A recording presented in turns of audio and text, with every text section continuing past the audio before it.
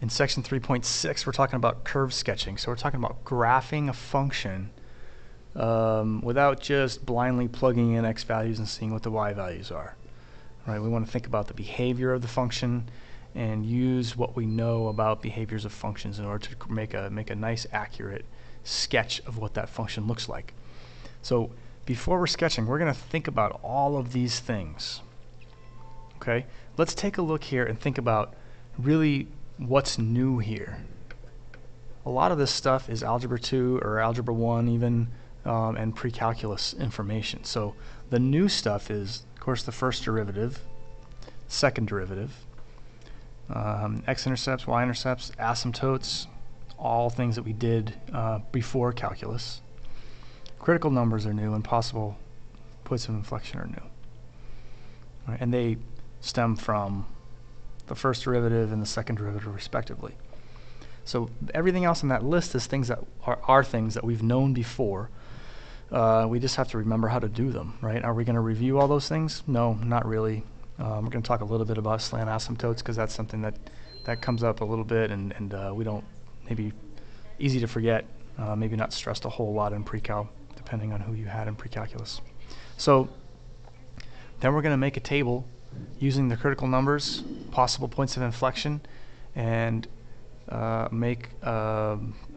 use the test intervals to determine f prime and f double prime. So we're basically making a table which combines all the information from 3.3 and 3.4 all together into one table, rather than having two separate tables like we did in 3.3 and 3.4. All right, so on each interval, we want to determine the signs of f prime and f double prime. And the conclusion we reach from that is whether that function is increasing or decreasing, and whether it's concave up or concave down. At each x value, we're going to determine f of x. That gives us a point, an x and a y value. And we'd also like to determine the sign of f prime and f double prime. Also, it could be positive, negative, or maybe the first or second derivative does not exist, so that's kind of a fourth option there. And the conclusion is, do we have a relative maximum, relative minimum, or a point of inflection?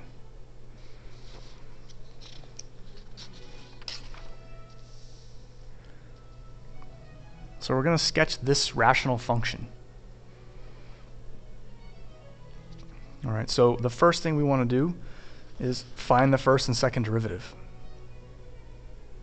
So pause the video here, see if you can find the first and second derivative of this rational function.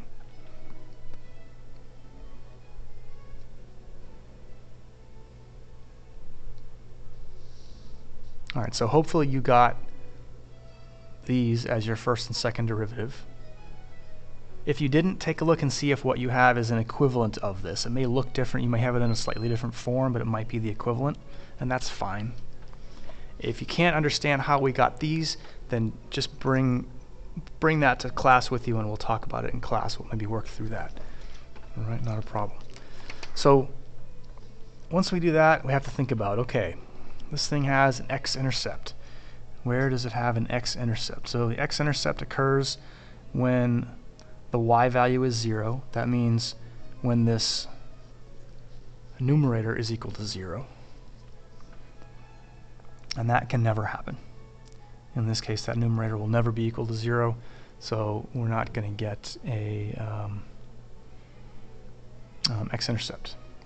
The y-intercept occurs when the x value is equal to 0, so we can plug 0 in here. And when we do that, we get 0 minus 0 plus 4, and 0 minus 2, so 4 divided by negative 2 is negative 2. So the y-intercept is 0, negative 2. The vertical asymptote, we look at the denominator. When the denominator is equal to 0 and the numerator isn't, then we get a vertical asymptote. So we see that x equals 2. We see that x equals 2 is going to give us denominator of 0, and we plug 2 in here. We see that we don't get 0, so we know we have a vertical asymptote. Horizontal asymptote, there's none. We see that this is a rational function, so we can use the idea of these exponents. The exponent is greater in the numerator, so we don't have any horizontal asymptote. We could also take the limit of this as x approaches infinity and see that there is no limit. slant asymptotes. So let's take a second and talk about slant asymptotes. Slant asymptote may occur anytime the numerator is 1 degree higher than the denominator. All right, anytime the numerator is 1 degree higher than the denominator, there may be a slant asymptote. And to find that slant asymptote, we're going to divide the numerator by the denominator. All right, so when we do that, I'm going to use polynomial long division. So I look at the leading terms. X squared divided by x gives me an x. Now I multiply this x down by that denominator. So x times x is x squared. X times negative 2 is negative 2x. Now I subtract. These cancel, and I just have the minus 4. All right, this minus 4 is a remainder. I can't divide negative 4 by x, so it's really just 4 over x minus 2. All right, so that 4 is the remainder. And for the slant asymptote, we ignore the remainder, and this gives us the equation of our slant asymptote. So our slant asymptote here is just y equals x. The critical numbers happen when f prime is equal to 0 or undefined. So as we look at f prime, we have x times x minus 4 over x minus 2 squared. Now that is equal to 0 when the numerator is equal to 0. That would happen when x equaled 0 or when x equaled 4.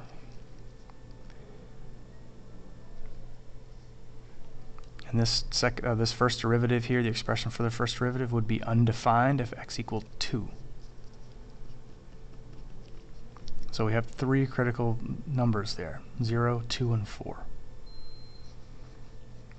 For the possible points of inflection, it's when the second derivative is equal to 0 or undefined. We see that we have 8 over x minus 2 cubed for our second derivative. So that numerator is a constant, so this expression here can never equal 0. It's undefined when x equals 2. We've really already accounted for that as one of our critical numbers, so we don't have to worry too much about that. And now we're going to make our table of values. So our table of values are going to have the x values 0, 2, and 4, and the intervals to the left, to the right, and between those x values. So I have my table set up this way. I have my intervals, my x values. For those x values, I'm going to find the function value. So I plug that x value into the original function, x squared minus 2x plus 4 all over x minus 2. I get y values. So here I have 1 point and 2 points. So I have 2 points on my graph and an undefined place there. We know that's a vertical asymptote, so that makes sense. The first derivative, I don't really care about the values on the intervals. I just care about whether they're positive or negative. So I choose a test value. Here I could use negative 1.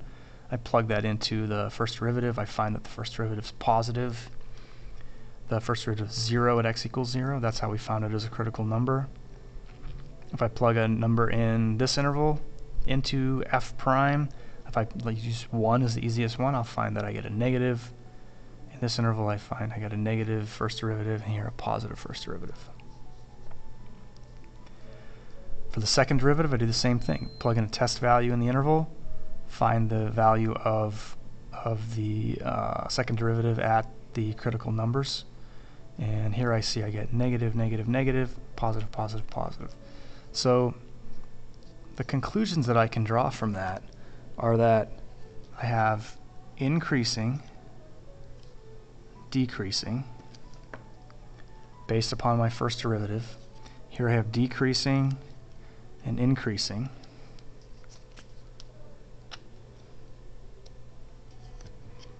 This entire interval here, including x equals 0, I have concave down.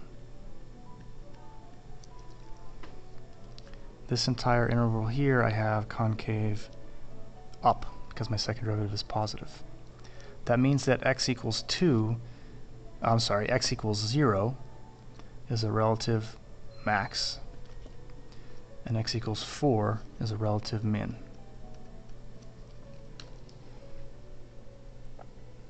Alright, now we're going to take all that information and make ourselves a nice graph of that function. So I'm going to kind of work my way down that list I have on that previous page. The y-intercept is 0, -2. There's my y-intercept. I have a vertical asymptote at x equals 2. There's my vertical asymptote. I don't have any horizontal asymptote. I have a slant asymptote.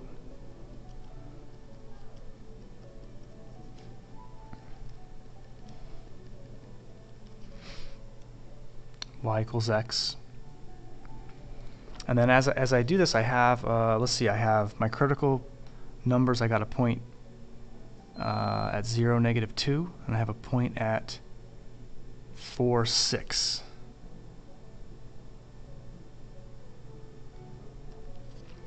So I'm going to split this graph up into these intervals that I have. So I have an interval from -infinity to 0, in which the function is increasing but concave down. And I know it has to approach this asymptote. And I have a relative maximum at 0, -2. Between x equals 0 and x equals 2, I know I have a decreasing concave down function. And it must approach this vertical asymptote. Now from 2 to 4, I have a decreasing concave up function, and it must approach that vertical asymptote on the left. Now from 4 to infinity, I have an increasing concave up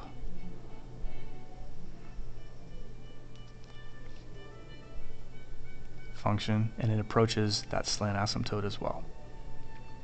Alright, so there I have a pretty good graph, pretty complete graph of that function, x squared minus 2x plus 4 all over x minus 2.